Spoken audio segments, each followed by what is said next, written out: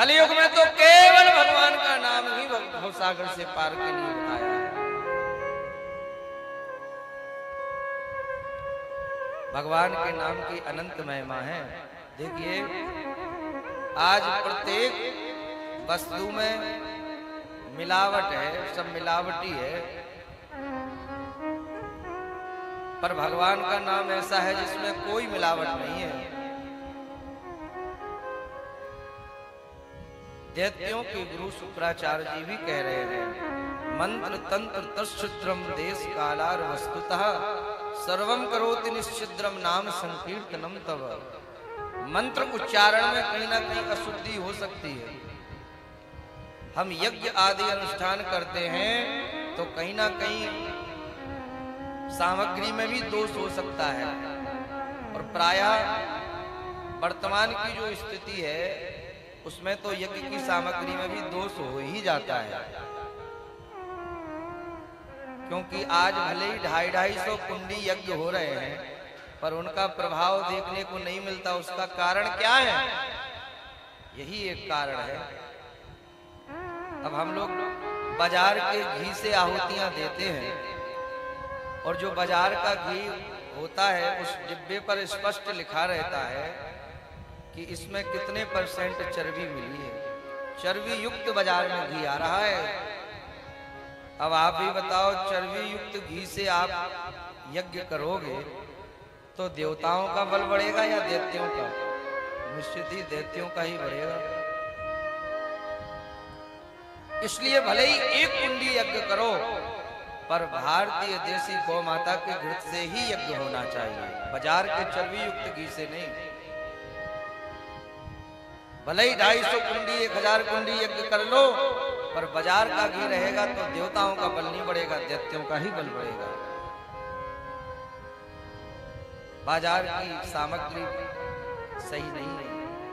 इसलिए तो शुक्राचार्य जी महाराज ने पहले ही कह दिया, मंत्र तंत्र तच्छिद्रम देश कालार वस्तुता सर्वम करोति निश्चिद्रम। प्रत्येक वस्तु में कुछ ना कुछ मिलावट हो चुकी है, और तो और भगवान की कथा में भी मिलावट हो गई है। आज मूल कथा कोई कहता नहीं, वो इसलिए कि मूल कथा कोई सुनना भी नहीं चाहता। लोगों की आदत में आ गया है कि महाराज बीच बीच में चुटकुला भी सुनाएं और भजन भी गाएं। भजन गाने में दोष नहीं है, पर मर्यादित भगवान के पद हों। गोस्वामी तुलसीदास जी ने लिखे, मीराबाई ने लिखे, रैदास जी ने, महापुरुषों की वाणियां गाओ, बीच बीच में गानी चाहिए। पर कई लोग उल्टे पलटे गीत भी गाते हैं। तो कहा कथाओं में भी मिलावट हो गई, तो शुद्ध क्या है? कहा केवल भगवान का नाम शुद्ध है, जिसमें कोई मिलावट नहीं है। आप ही बताओ, राम नाम में कोई मिलावट कर सकता क्या? इसीलिए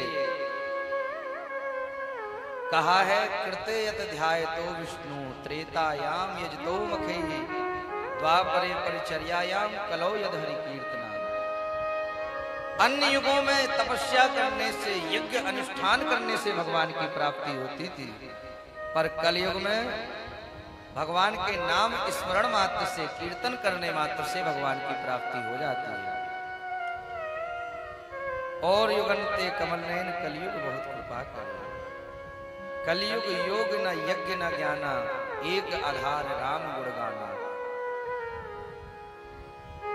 कलयुग में भव से पार जाना चाहते हो तो केवल भगवान के नाम का आश्रय लो। नाम की महिमा अनंत है। स्वयं हनुमान जी महाराज ने जब हनुमान नाटक लिखा तो उसमें लिखा है, कल्याणानां निधानम कलिमलमतनम पावनम पावनानां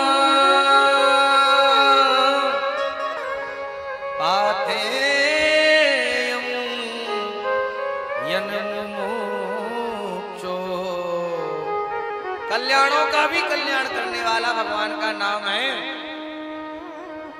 लोग कहते हैं महाराज हमारे ऊपर ये संकट है, वो संकट है। एक संकट दूर नहीं होता, दूसरा संकट आ जाता है। और हमारे गुरुदेव कहते हैं आप भगवान का नाम तो जपो प्रेम से, संकट भी संकट में पड़ जाएगा अगर आप श्रद्धा पूर्वक भगवान का नाम लोगे। इसलिए और साधन बने या ना बने, केवल भगवान के नाम का आश्रय ले लेना, आपका कल्याण हो जाएगा। गोस्वामी तुलसीदास जी महाराज जब धराधाम छोड़ के जाने लगे, किसी ने पूछा बाबा आपने इतने ग्रंथ लिखे पर समस्त शास्त्रों का सार आपको क्या समझ में आया? तब गोस्वामी तुलसीदास जी ने कहा 100 बातों की एक बात तुलसी बताए जा, जन्म जो सुधारो चाहो तो राम नाम लीजिए। अगर अपना जन्म और अपना लोक पर लोक सुधारना चाहते हो तो भगवान के नाम का आश्रय लो। भगवान के नाम की महिमा अनंत है, अगाध है। जितने भी धर्म शास्त्र हैं सब में भगवान की महिमा भरी पड़ी है। चाहे श्रीमद् भागवत देख लो, और उसमें भी कोई भी प्रकरण देख लो, तो श्रीमद् भागवत के तो अंतिम श्लोक में है नाम संकीर्तनम यस्य सर्व पाप प्रणाशनम प्रणामो दुख समस्तम नमामि हरिम परम।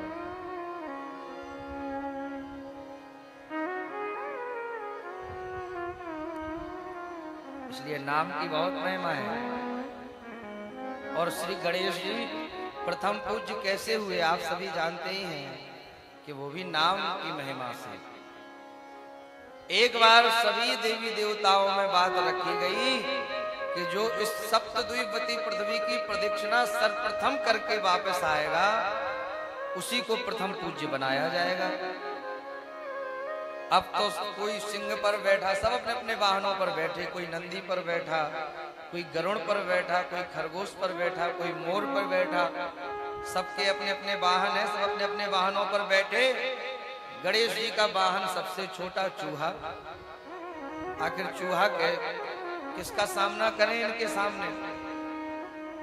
गणेश जी ने सोचा हम तो परिक्रमा कर ही नहीं पाएंगे, हमारा वाहन तो सबसे छोटा है, आखिर क्या करें? तभी गणेश जी महाराज ने एक स्थान पर लिखा राम, और राम की परिक्रमा करके खड़े हो गए।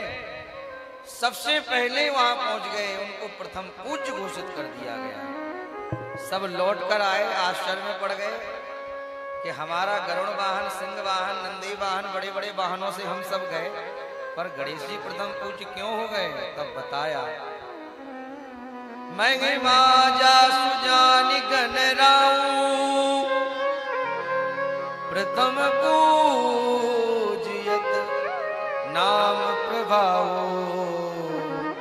प्रथम पूजयत नाम प्रभाओ।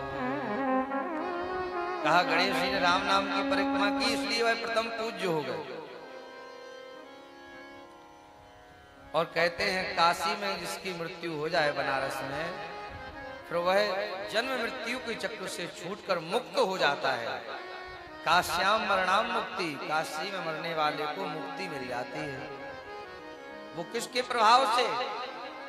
तब ऐसा कहते हैं विश्वनाथ भगवान मुर्दे के कान में, जो मर जाता है मुर्दे के कान में राम नाम ही सुनाते हैं। राम नाम के प्रभाव से वह मुक्त होता है।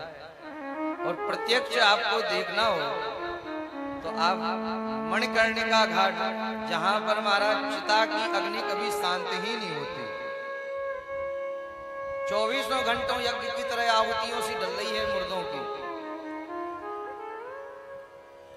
वहां जाकर देख लेना। जो मुर्दा पहुंचते हैं उनका दायां कान खड़ा हो जाता है मरने के बाद भी। वो क्यों?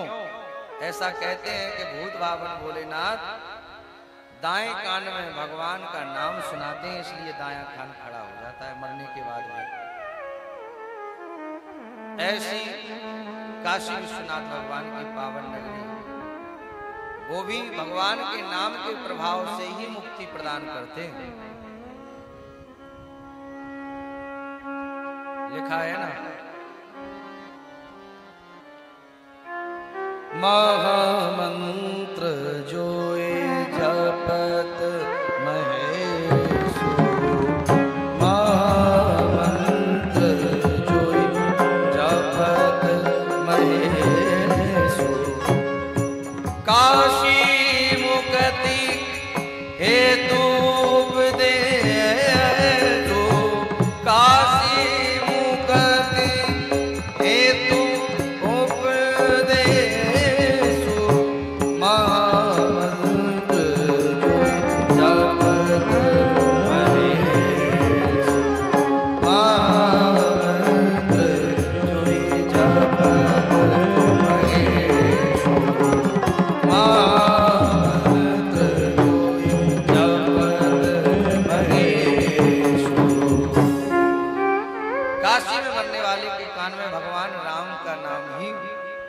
बाबा सुनाते हैं, क्योंकि भोले बाबा कहते और हमारे पास कुछ है ही नहीं, केवल भगवान का नाम है।